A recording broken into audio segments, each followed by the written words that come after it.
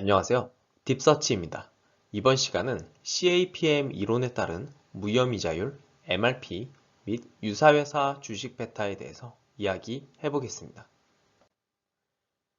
최초의 CAPM 이론은 개별 주식에 자기 자본 비용을 도출하기 위한 것이 아니었지만 일부 조정을 통해 개별 주식의 요구 수익률을 측정하는 데 사용하고 있습니다. Modified CAPM상 개별 주식의 요구 수익률은 무혐의자율 더하기 베타 곱하기 시장 수익률의 평균 마이너스 무위험 이자율에다가 프리미엄을 더한 것으로 측정됩니다.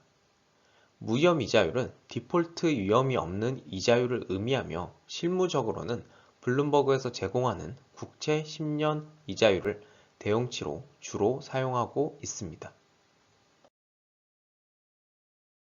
마켓 리스크 프리미엄 MRP는 위험에 따른 추가 수익률을 의미하며 시장 수익률의 예측값에서 무위험 이자율을 차감하여 도출됩니다. MRP를 계산하기 위해서는 사후적인 실질 시장 수익률이 아닌 예상되는 초과 수익 등을 반영하여 예측 수익률을 사용합니다.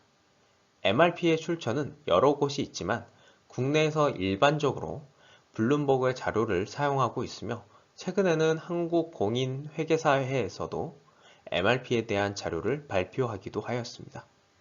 한국공인회계사에서 MRP에 대한 가이드라인을 7%에서 9% 정도 수준으로 제시하였으며 적용 방향에 대해서는 아직 논의 중에 있습니다. 이에 따라서 이번 영상은 블룸버그 MRP를 적용한 방식에 대해서 다루고자 합니다. 이해의 출처에 대해서는 감사인의 리뷰를 통과하기 어려울 수도 있습니다. 블룸버그에서 제공하는 무위험 이자율과 MRP는 일자별로 제공합니다. 실무적으로는 무위험 이자율 MRP를 평가 기준일 시점의 값을 적용하거나 1년 혹은 그 이상의 기간의 평균을 적용합니다. 주식 베타는 시장 수익률과 개별 주식의 수익률 간의 회귀 분석을 통해서 측정되며 시장 수익률과 개별 주식의 선형 회귀 분석을 통해서 구해진 선의 기울기를 의미합니다. 베타 측정에 사용되는 시장 수익률은 해당 국가의 메인 시장으로 한국의 경우 코스닥 상장 주식이라도 코스피와의 상관관계를 측정해야 합니다. 블룸버그 조회 시 코스닥 주식을 코스닥 지수와의 상관관계를 구한 베타도 조회가 되기 때문에 이를 주의하셔야 합니다. 베타를 측정하는 기간은 일반적으로 2년 혹은 5년, 베타를 측정하는 빈도는 일반적으로 주간 혹은 월간을 실무적으로 사용하고 있습니다. 베타 측정 기간은 주로 평가 대상의 사이클과 관련되어 사용합니다.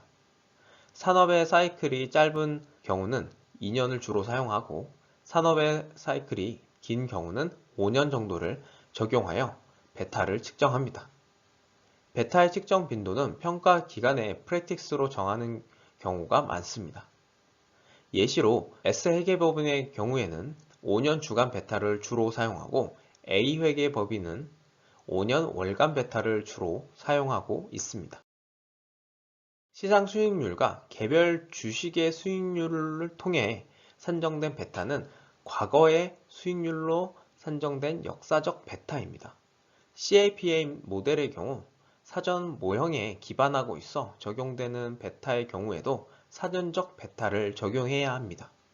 역사적 베타를 사전적 베타로 조정하기 위한 방식은 베타가 시간의 지남에 따라 시장 수익률, 즉 베타 1로 회귀하는 것을 가정하고 조정하는 것입니다. 해당 조정 산식에는 여러 방식이 있지만 가장 대표적인 마셜 블룸 조정 산식은 다음과 같습니다. 조정 베타를 역사적 베타에 곱하기 0.67 더하기 1 곱하기 0.33 실무적으로 블룸버그에서 제공하는 조정 베타를 사용하지만 마셜 블룸 등 조정이 이루어진다면 동일한 값으로 산출될 것입니다. 이번에는 딥서치의 베타를 직접 계산해 보도록 하겠습니다. 먼저 한국거래소에서 코스피와 딥서치의 유사 회사의 주가를 다운로드 받습니다. 2년 주간 베타를 구할 것이기 때문에 주간 단위로 주가를 소팅한 후 주간 수익률을 각각 계산합니다. 이후 코스피 수익률의 분산을 계산하고 코스피와 유사회사의 수익률의 공분산을 계산해 줍니다. 그런 다음 앞서 보았던 베타 수식에 따라 코스피와 유사회사 수익률의 공분산을 코스피 수익률의 분산으로 나누어 줍니다. 조정 베타를 사용할 것이기 때문에 마셜 블룸 조정 산식에 따라 베타에 0.67을 곱하고 0.33을 더하여 조정 베타 값을 최종적으로 산출합니다. 추가적으로 무위험이자율, RF 및 주식 베타 관련 회계법인 리뷰 사례를 공유드립니다.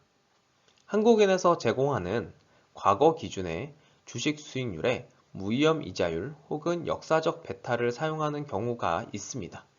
CAPA 이론상 기대값을 적용해야 해서 한국은행 자료를 이용한 과거 실측값은 감사인이 수정 요청을 할 수 있다는 점을 말씀드립니다. 감사합니다.